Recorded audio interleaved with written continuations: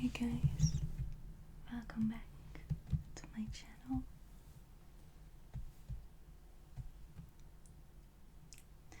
Today I'm going to do another story time. The time that a drug dealer and I hung out. So let's get started. I'll also be using both of my vapes during the storytelling. So my friend, let's call her Julie. Julie and I always went to a coffee shop in the Netherlands where I live. And the coffee shop is what we call the place where you can sell weed. Selling and buying weed is legal here. Kind of, we have weird laws about them, but they're legal. So we often went to the same coffee shop. And we were both 18, I think, at the time. And the shop was owned by a man who I will also not name. And the man was always really nice to us. Just checking if I'm recording. I had some problems before.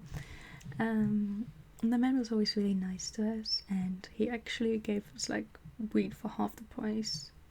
And he always came to sit with us if we sat in a coffee shop.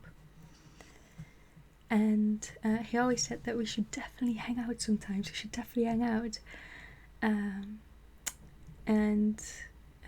He asked for our phone numbers, which we gave him.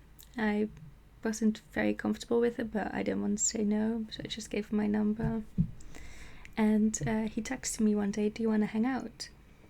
And I was like, okay, sure. And he would pick me up with his car. And I'd also invited Julie because I thought that, that's what he meant. He always said that the three of us should hang out, so I invited Julie as well. And he called before, like, why is it taking so long? I was like, oh, Julie just needs some more time. He already sounded kind of annoyed on the phone.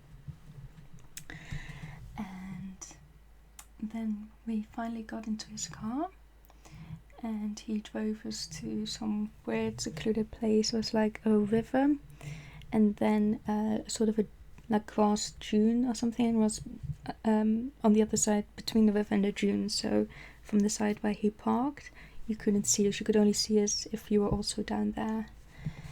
And he brought some weed with him, and he brought the kind of weed, I know we call it skunk. I think in English you also call it skunk. It's when you grind the weed, there's always a little bit that falls through, kind of, and that it was a we call it a joint. I know it's a blunt in British. I don't know, the thing that you smoke when you're smoking weed. I'll just call it a blunt because it's still what I know, because I'm pretty sure joint is just Dutch and you don't say it, but I don't know.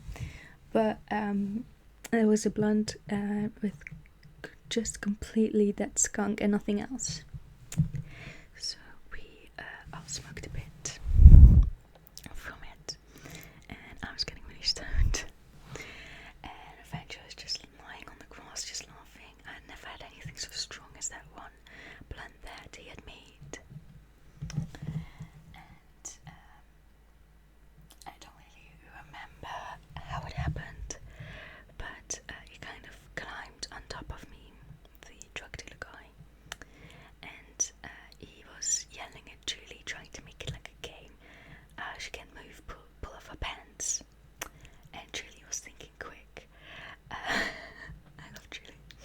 Julie pulled off my shoe and threw it, and he was just playing a game, he wasn't doing anything yet, so he was just going to get it for me. Well, Julie kind of helped me up, and we're like, I think it's time that we leave.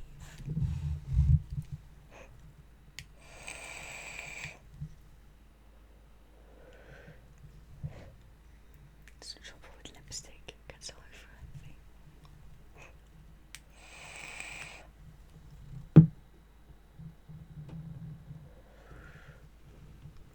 So we said that it would be best if we left. By then the coffee shop owner was, looking kind of annoyed with us, with Julie especially. And Julie said that she had to pee while we were walking back to the car. And the coffee shop owner just immediately turned to me and was like, oh, you can go whenever you want, just go over there, it's fine. And I was like, oh, I don't need to, Julie needs to. And he just kept saying, oh yeah, it's fine, just go over there, we won't look or whatever. But we both decided not to. I didn't even have to go, but Julie did.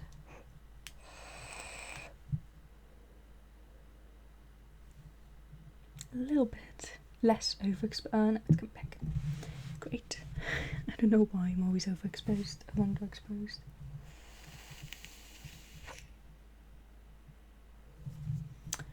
So we went back into the car, and we were driving back home because I think it was about a 15-minute drive to where I brought us. And Julie sat next to him, and I sat in the back row, in the back seat. That's what it's called, back seat of the car.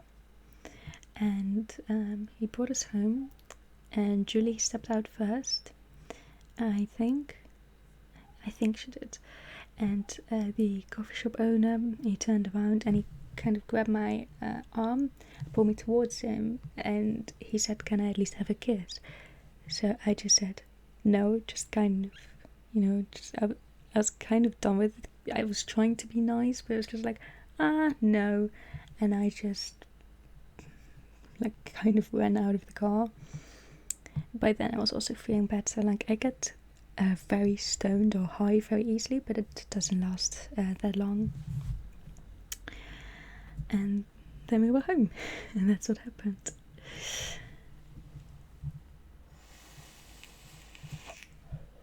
So if I'm again not really looking in the lens, I'm constantly overexposed. I'm looking at that, just why? Yeah, as I was very stoned, I don't remember everything that happened, but I could text Julie, see if she remembers more. If she does, I'll finish this in the next story time. But I think that was the biggest part of it, the creepiest part. And we didn't go to that coffee shop after that for a while. Then we went back, and he, as far as we know, didn't really work there anymore. He was the owner, but I think his son took over. He was late 40s, early 50s.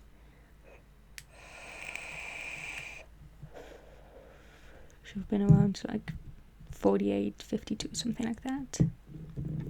So that is kind of early to retire, but I don't know the specifics about that.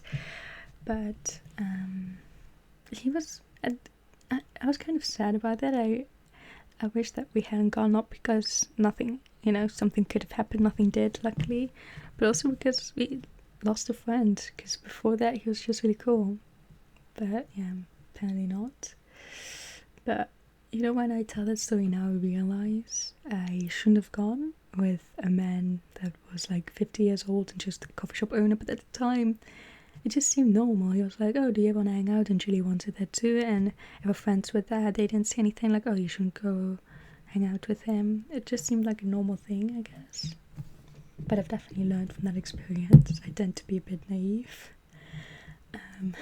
but I will not go hang out alone with people that I don't know that well. Should have known that before, because I was, I think, 18 at the time.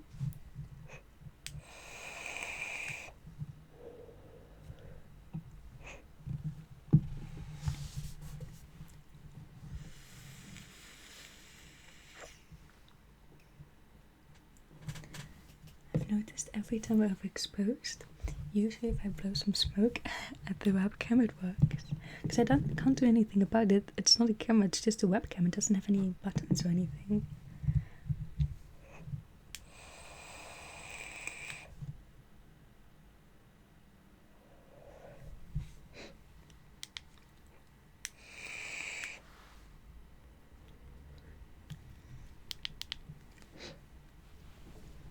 But that was my story about going to hang out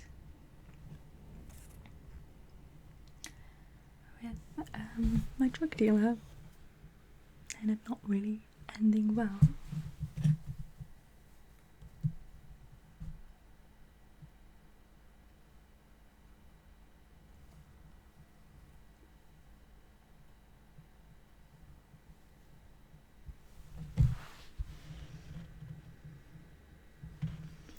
And I will leave you now, and I'll see you in the next video.